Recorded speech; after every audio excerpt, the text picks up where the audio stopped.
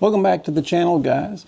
Now, today I was hoping to start our series on the exposure triangle, but the weather has not been cooperating, so we're going to have to put that off for a little bit of time, but it is coming, I promise. But let's get started in today's video.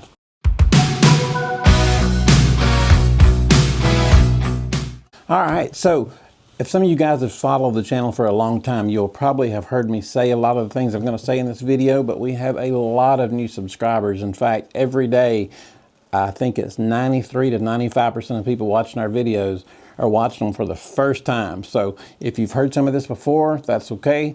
I want to make sure that all of the new people get to hear this also. So these are tips for new photographers and also some tips for a little more experienced photographers. So maybe there'll be something in this video for you no matter what level you're at. The first piece of advice I want to give new photographers is shoot in RAW.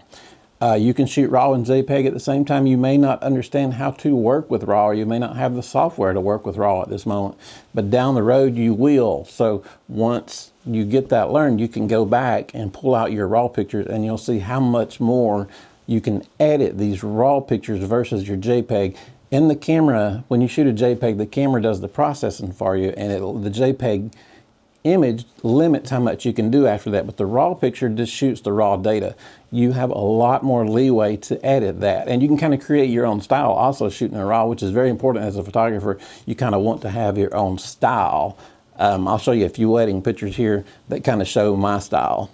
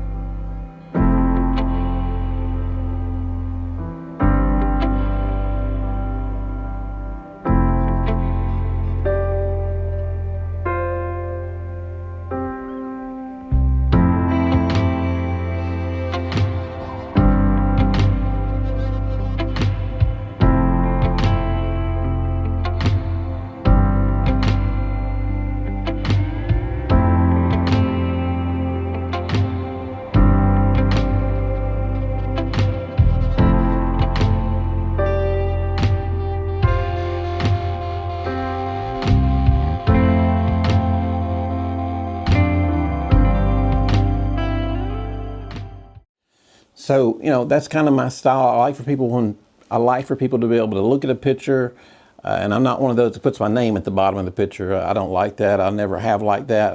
I don't mind putting it on the back of the picture, but I've never been one of those that like to have my name in the bottom right-hand corner. So, but I do like for people, when they see my work, to think, hey, I bet Daniel shot that. And I've had a lot of clients tell me, I saw so-and-so's pictures, and she'll say, I knew that Daniel shot that as soon as I saw him. And that's what you want. You want to have that style that people can recognize.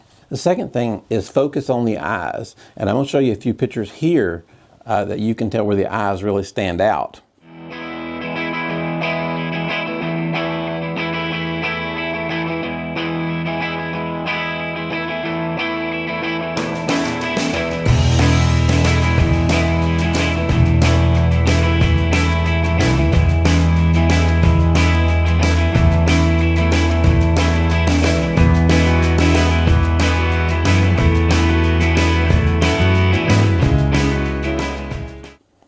The eyes are the window to the soul, and there's a reason they say that.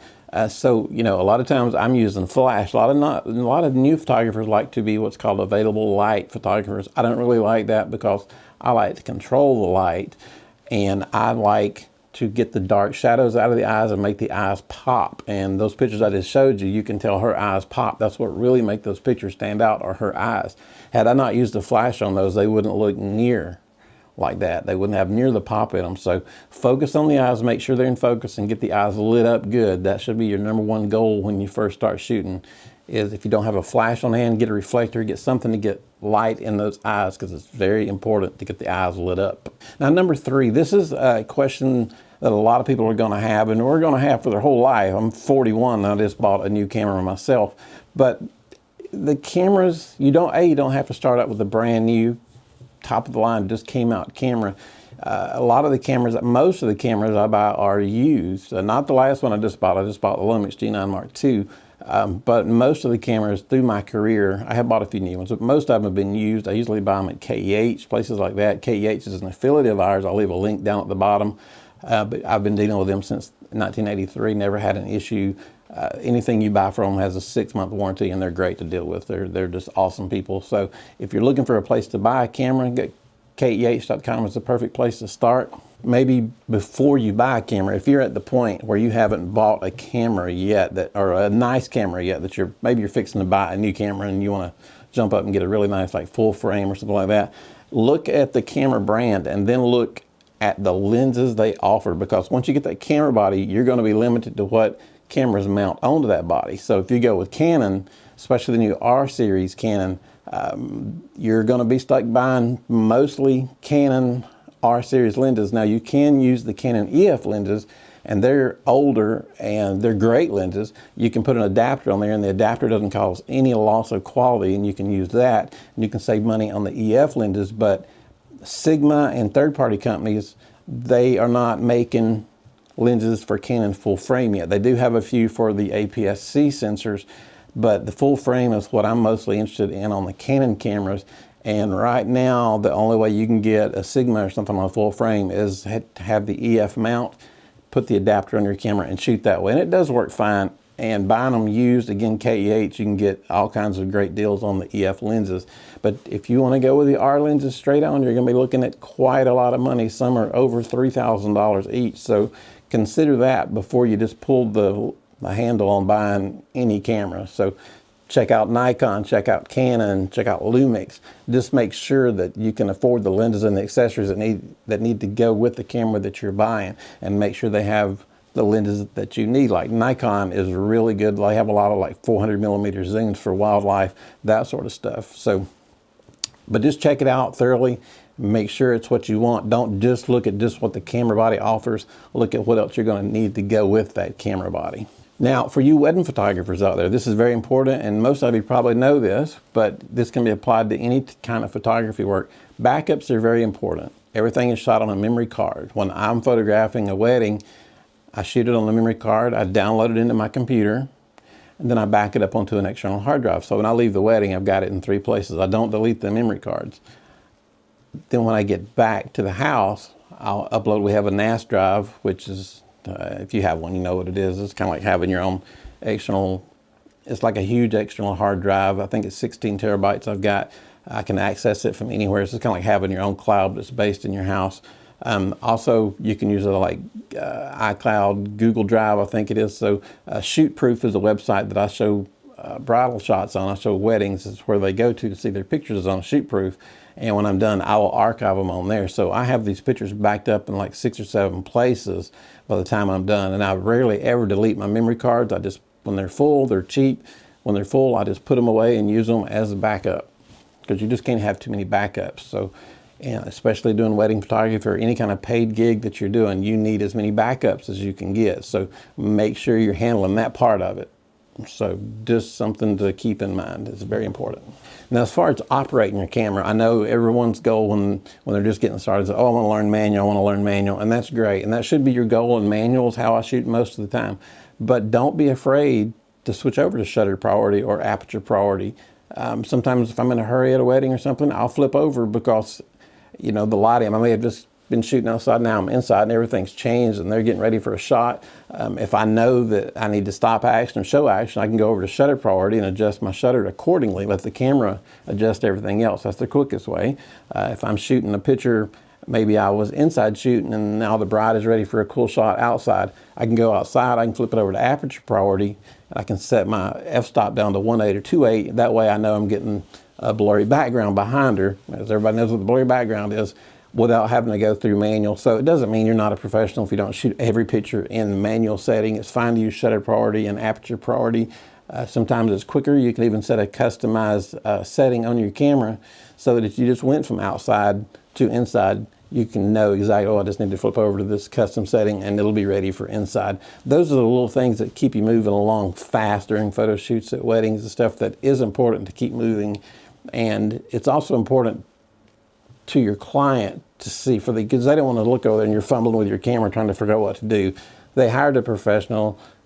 They're paying you as a professional, usually thousands of dollars, so you don't want to come across as, oh, he don't know what he's doing with his camera, he's over there fumbling around with it. So how you shoot is very important.